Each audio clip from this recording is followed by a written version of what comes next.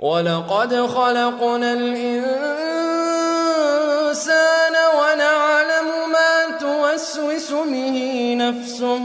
ونحن أقرب إليه من حبل الوريد ولقد خلقنا الإنسان